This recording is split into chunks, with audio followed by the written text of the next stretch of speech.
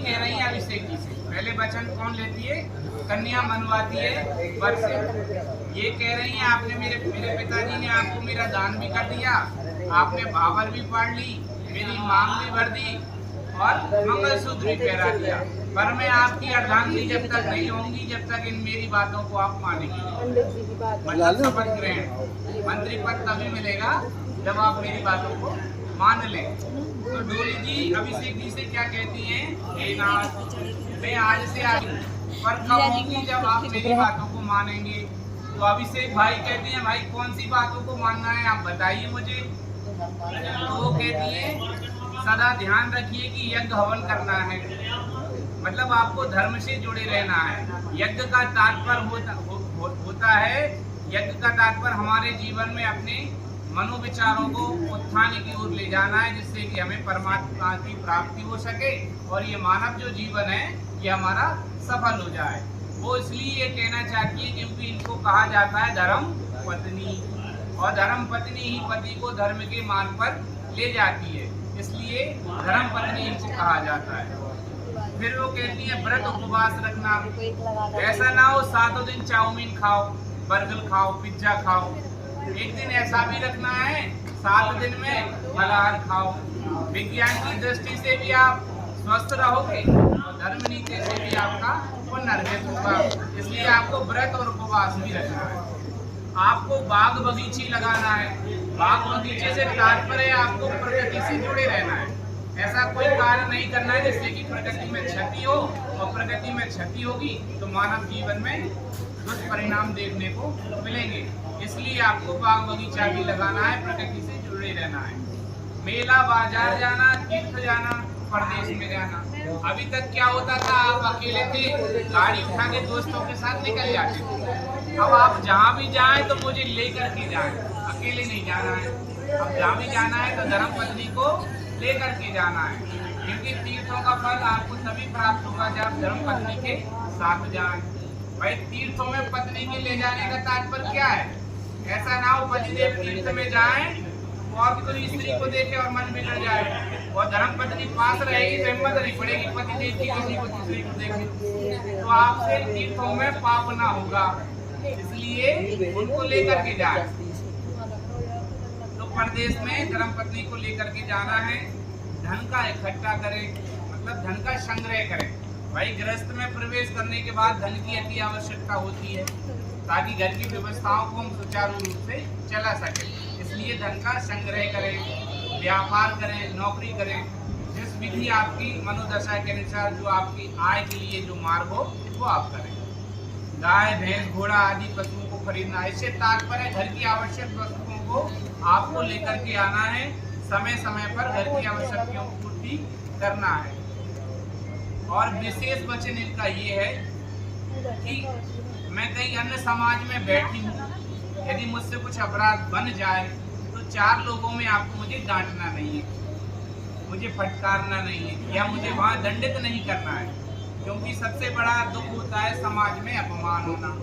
तो वहाँ मेरा अपमान मत करना। यदि मुझसे कुछ गलती बने तो घर पे आकर के कमरे में आकर मुझे समझाना, और जो प्रावधान धारा का हो वो दंड आप मुझे दे सकते हैं। कहाँ पे? घर पे आकर के, पर 4 लोगों में कुछ ना कहना।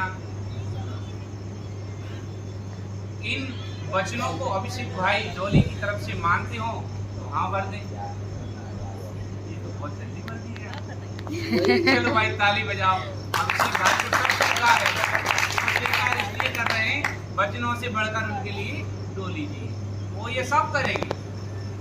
बाकी भाई भ्रष्टाचार का जमाना है, नेता लोग शपथ ले लेती है और भ्रष्टाचार शुरू करती है। बाकी आप जाने, हमने तो ईश्वर के सामने वचन डोली जी ने दे लिए और आपने ले लिए।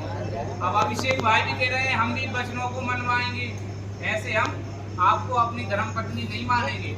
हमारे भी कुछ नियम हैं घर के, परिवार के, तो वो भी आपको फॉलो करने होंगे। यदि आप वो सब स्वीकारेगी तो हम अपने जीवन में आपको अपनाएंगे। तो अभिषेक भाई क्या कहते हैं, कभी भी आप वहां ना जाना जहां आपके लिए ठीक ना हो, उस स्थान पे आपको नहीं जाना है जहां आप सुरक्षित ना हो। और यदि वहाँ जाने की आपको आवश्यकता पड़ जाए तो घर के किसी भी मेंबर को या स्वयं अभिषेक भाई को लेकर के ही जाएं। उन स्थानों पर ना जाएं जहाँ, क्योंकि स्त्री एक रत्न के समान होती है, 14 रत्नों में एक रत्न मानी जाती है और स्त्री पर कोई किसी प्रकार की, और स्त्री ही घर की मर्यादा होती है, इज्जत होती है, मान होती है, सम्मान होती है। उसके सम्मान पर जब ठेस पहुँचती है तो सारी घर की तहस नहस हो जाता है। इसलिए वो कह रहे हैं आपको कहीं जाना पड़े तो मुझे साथ लेकर के जाएं, कोई अनुचित स्थान पर ना जाएं और मतवारों के कभी मुँह ना लगे। जो लोग ठीक नहीं है, जिनका चरित्र ठीक नहीं है, जिनका विचार ठीक नहीं है, जो कौआ छाप है, जो जुआ खेलने वाले हैं, जिनका चरित्र ठीक नहीं है, उनसे आपको दूरी बना करके रखना है, जिससे कि उनकी बुरी दृष्टि आप पर ना पकड़े और आपका चरित्र ना बिगड़े, ताकि आपका चरित्र पवित्र बना रहे। इसलिए दुर्जन लोगों से आपको दूरी बनाकर रखना है, उनसे बात नहीं करना है और पिता के घर बिना बुलाए किसी कारण जाना नहीं है।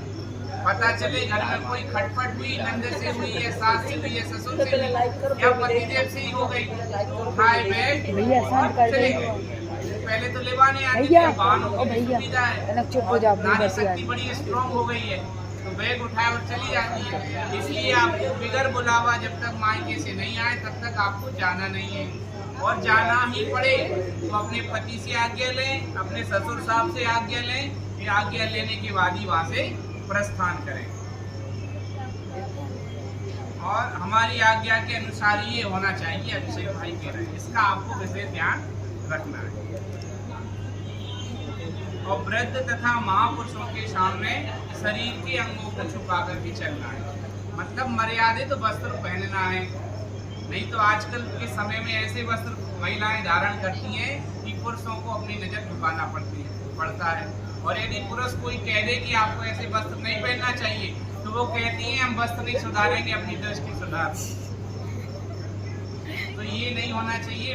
संस्कृति के अनुसार मर्यादा में रह करके ही वस्त्रों को धारण करना चाहिए, जिससे कि किसी की दृष्टि खराब ना हो, किसी का विचार खराब ना हो, और जो समाज में दुष्कर्म हो रहे हैं वो दुष्कर्मों की उत्पत्ति ही ना हो। इसलिए मर्यादा में रह करके ही वस्त्रों को धारण करें, यह अभिषेक भाई कह रहे हैं। और घर की बात कभी भी बाहर वालों से ना करें। घर में कभी अप्रिय घटना हो, प्रिय घटना हो, कुछ घर के गुप्त रहस्य हो, वो घर में ही रहे।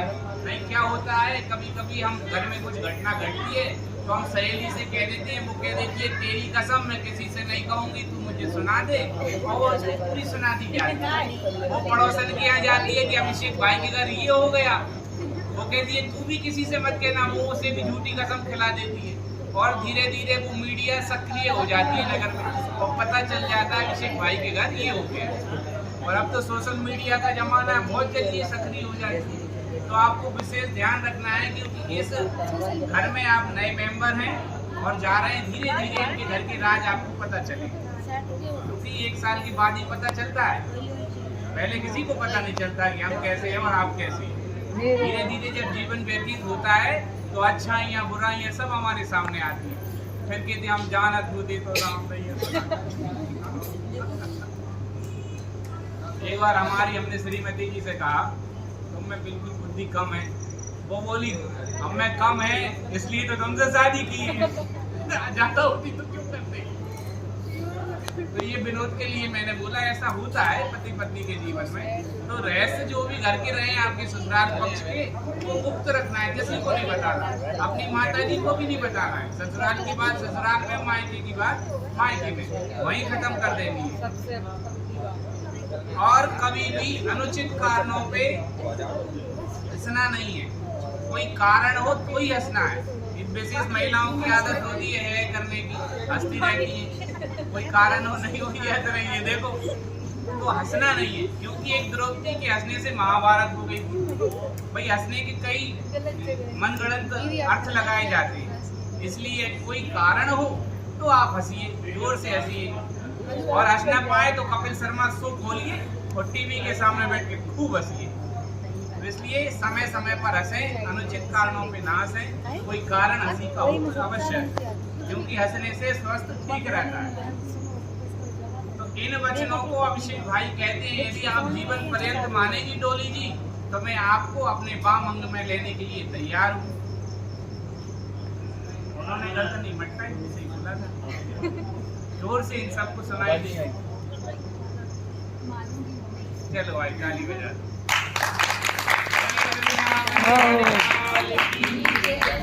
आज से अभिषेक भाई और डॉली जी आपस में धर्मपत्नी